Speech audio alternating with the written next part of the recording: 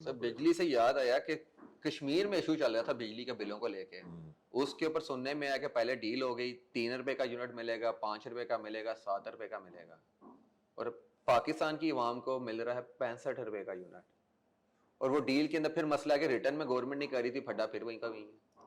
دیکھو اس میں ایک چیز سمجھنے والی ہے جو میں ہمیشہ کہتا ہوں, یہاں پہ تم جیسے جو پڑھے لکھے نئے انگلش میڈیم میں آئے نا پی ایچ ڈی, وہ کہتے ہیں جی یہ ریاست اچھا کام نہیں کرتی, حکومتیں اچھے کام نہیں کرتی, پرائیویٹائزیشن کر دو, پرائیویٹائزیشن کر دو. کاکا جو آزاد کشمیر میں معاہدہ ہوا ہے وہ بڑا سمجھنے والا معاہدہ.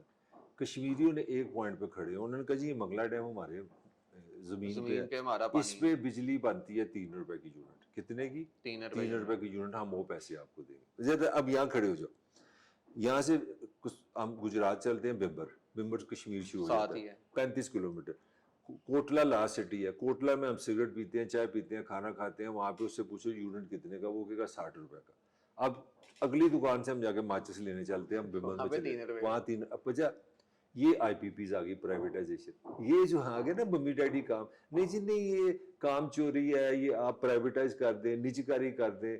یار وابٹا میرے بچپن میں پاکستان میں کوئی پرائیویٹائز بجلی تھی, سارا وابٹا تھا, ساری اسٹیٹ تھی, تو اسٹیٹ تھی تو بجلی قسم کی فری تھی. اب یہ حالت ہو گئی ہے کہ اس ملک میں صحت privatise, education privatise, transport privatise. Lahore میں یہ حالت ہے کہ ایک ہاسپٹل میں مجھے ایک بندہ بتا رہا تھا کہ وہاں ریٹس آپ کو اس طرح بتاتے ہیں کہ اگر آپ ہاسپٹل میں کمرہ لیتے ہیں تو اتنے کا, اگر اس کمرے کی کھڑکی نہر کی طرف کھلے گی تو اس کا ریٹ اتنا. کوئی ہوٹل ہے کہ سر بیسک سلور گولڈن پیکیجز ہیں وہ. نہیں, پوائنٹ یہ نہیں ہے. پوائنٹ یہ ہے کہ یہ جو نجکاری کے نام سے یہ پراپوگنڈا پھیلایا جا رہا ہے کہ آپ نجکاری کر دیں گے تو چیزیں بہتر ہو جائیں گی. اب عوام کا خون چوس رہے ہیں. جب آپ نے نجکاری کی وہ بجلی 60 روپے یونٹ پہ چلی گئی, جب وہ اسٹیٹ چلاتی تھی تو وہ 3 روپے کا. تو کشمیریوں نے یہی تو کیس جیتا ہے, وہ کہتے ہیں نا سان کی لگی آئی پی پی سے, ہمارا پانی ہے, ہمارے پانی سے بجلی بناتے, 3 روپے کا یونٹ ہے. سر دیکھیں ادھر جو بجلی بنتی ہے منگلا ڈیم کا, اس کا 10 سے 15% ٹوٹل کنزمپشن ہے کشمیر کے اندر. باقی جو 80-85% کی کنزمپشن ہے وہ بھی پھر 3 روپے کے حساب سے دیں. نہیں وہ تو پھر آپ کی جو یہ تو پھر یار اس طرح اگر کرو گے تو پھر دبئی مکان کس طرح ہمارے بنے گے؟ وہ خدا کا خوف ہے. تمہارا مطلب ہم 3 روپے کی بجلی کر دیں تو میرا دبئی گھر کی نہیں بنے. سر اس کے اوپر جو میری بیٹی میڈیا کا رول بڑا نیگیٹو. میری بیٹی انگلینڈ میں کس طرح پڑے گی؟ میرا دماد جو وہ امریکہ کا کرنے جائے گا اگر یہاں پہ ہم 3 روپے کا, اگر ہم آئی پی پیز میں پتہ ہے کتنا کس کلاس کا ڈھکا ہے, 3500 ارب روپے کا اس کا ڈیٹ سرکل, 3500 ارب روپے آئی پی پیز کما رہی, کتنا 3500 بلین روپیز. تو پھر دبئی کا بنیں گے نا. تو پھر اسی طرح ہم کریں گے نا کہ ایک بیٹی کو سوئٹزرلینڈ بھیج دو, ایک کو تھائی لینڈ بھیج دو, ایک تو اپنی بہن کو بھیج دینا جوائے لینڈ کینٹ, بھیجنا ذرا دبئی. یہ ساری یہی تو میں تمہیں سسٹم سمجھانے کی کوشش کر رہا ہوں کہ یہ سسٹم بنائے اسی طرح ہے کہ اس میں آپ عوام کا خون چوسیں اور دبئی میں گھر بنائیں. سر کچھ عرصہ پہلے جو ہے عمران خان جب اقتدار کے اندر تھے اس وقت القادر ٹرسٹ کے اوپر تھوڑی بات شروع ہوئی تھی, یا وہ کیس ایک چل رہا تھا. ریسنٹلی عمران خان نے جو ہے جیل سے کوئی بات کی, ان کی بات آ کے پبلکلی بتائی گئی, اس میں پھر القادر ٹرسٹ کا نام آ گیا. القادر ٹرسٹ بیسیکلی پورا ایشو ہے کیا, اور اس کے کیا بزنس ٹائکنز کو فائدے ہوئے ہیں اور نقصان ہوئے ہیں؟ دیکھیں اس میں اصل فیصلہ تو عدالت نے کرنا ہے نا, اب جج تو نہیں. میں اس کو موٹی موٹی جو چیزیں جو اینٹی عمران جاتی ہیں وہ یہ آئی ہیں کہ ایک صاحب ہے, ایک انگلینڈ کی ایک ایجنسی ہے, انہوں نے بتایا کہ 190 ملین پاکستان سے ناجائز پیسے یہاں پہ ہیں. حکومت عمران خان کی تھی, وہ وہاں پہنچ گیا, انہوں نے کہا یہ پیسے آپ کے ہم ناجائز آئے ہیں, یہاں پہ ہم آپ کو واپس کر دیتے ہیں.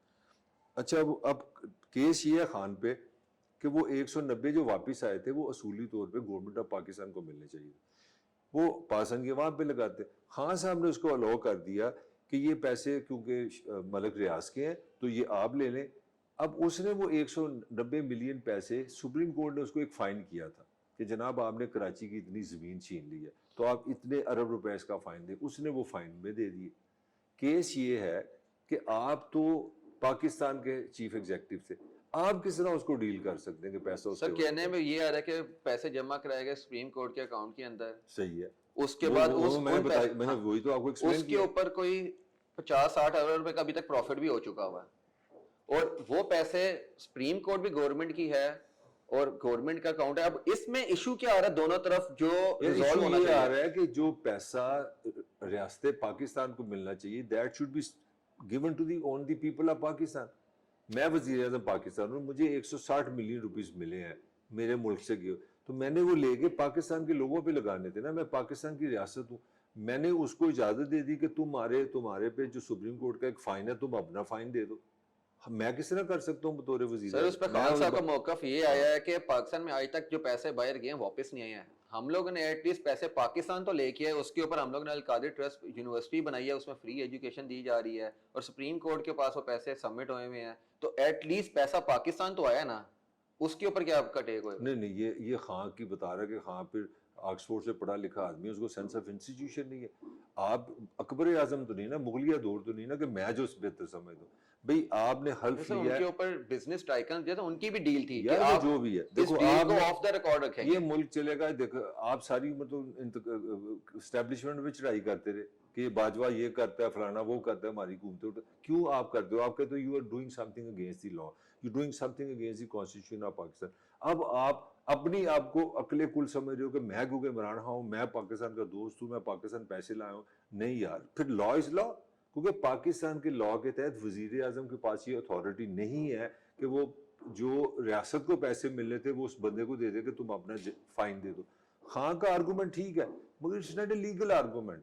مائی آرگومنٹ از ڈفرینٹ کہ خان کی یہ جو تھنکنگ ہے نا, یہ ڈارک ایج کے کنگ کی تھنکنگ تھی کہ اگر میں یہاں پہ ہمایوں بیٹھا ہوں, ہمایوں میری مرضی ہے, میں نے کبھی اپنا محسن نے مجھے گالی دی اس کا گردن اتار دو, کوئی بندہ تمہیں نہیں روک سکتا, یو ول بی کلڈ. اگر میں کہوں یار اس نے مجھے لطیفہ سنایا بڑا اچھا, اس کو 100 من سونا دے دو, کیونکہ I'm king, my word is a law. تو ہم عمران خان صاحب کنگ نہیں ہے, he is under a system, he is under a 73 constitution یہ لا نہیں کرتا. سر یہ تین میجر چیزیں ہم نے ڈسکس کی, ان تینوں چیزوں کو مد نظر رکھتے ہوئے, دبئی لیکس کو دیکھتے ہوئے, انٹرنیٹ ڈاؤن ہونا, اس پر ویڈیو لنک پہ خطاب یا حاضری نہ دے سکنا, پھر کشمیر ایشو اور القادر ٹرسٹ, یہ سارے سینیریو ابھی کرنٹ ہمارے ٹائم میں چل رہے ہیں. ان کو دیکھتے آپ کو لگتا ہے کہ پاکستان کو سٹیبل کرنے کے لیے کیا کرنا پڑے گا؟ وہ تو بڑی لمبی کہانی ہے, اگر میرے پاس پتا ہو تو میں 50-60 روپے لے کے تم دستے ہیں. پر ایک بات میں تمہیں بتا سکتا ہوں, اس کو کنکلوڈ اپ کر دیتے ہیں کہ خان کے لیے ابھی تک اس نظام میں کوئی گنجائش نہیں ہے. نہ یہ جیل سے باہر آئے گا, نہ اس کو کوئی کمفرٹ ملے گی.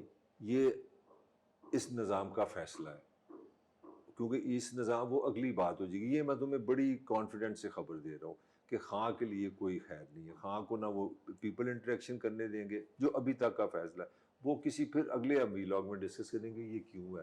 میرے لیے خان کے لیے کوئی راستہ نہیں, انٹرنیٹ بھی خراب ہوتے رہیں گے, بہت کچھ ہوتا رہے گا. ابھی انہوں نے خان کی اپیرنس لوگوں میں ہونے نہیں دینی. بہت شکریہ سر. نئے ویلاگ کے اندر ہم لوگ پھر آئیں گے اور ڈسکس کریں گے کرنٹ ایشوز کے اوپر جو چل رہے ہوں گے. اللہ حافظ.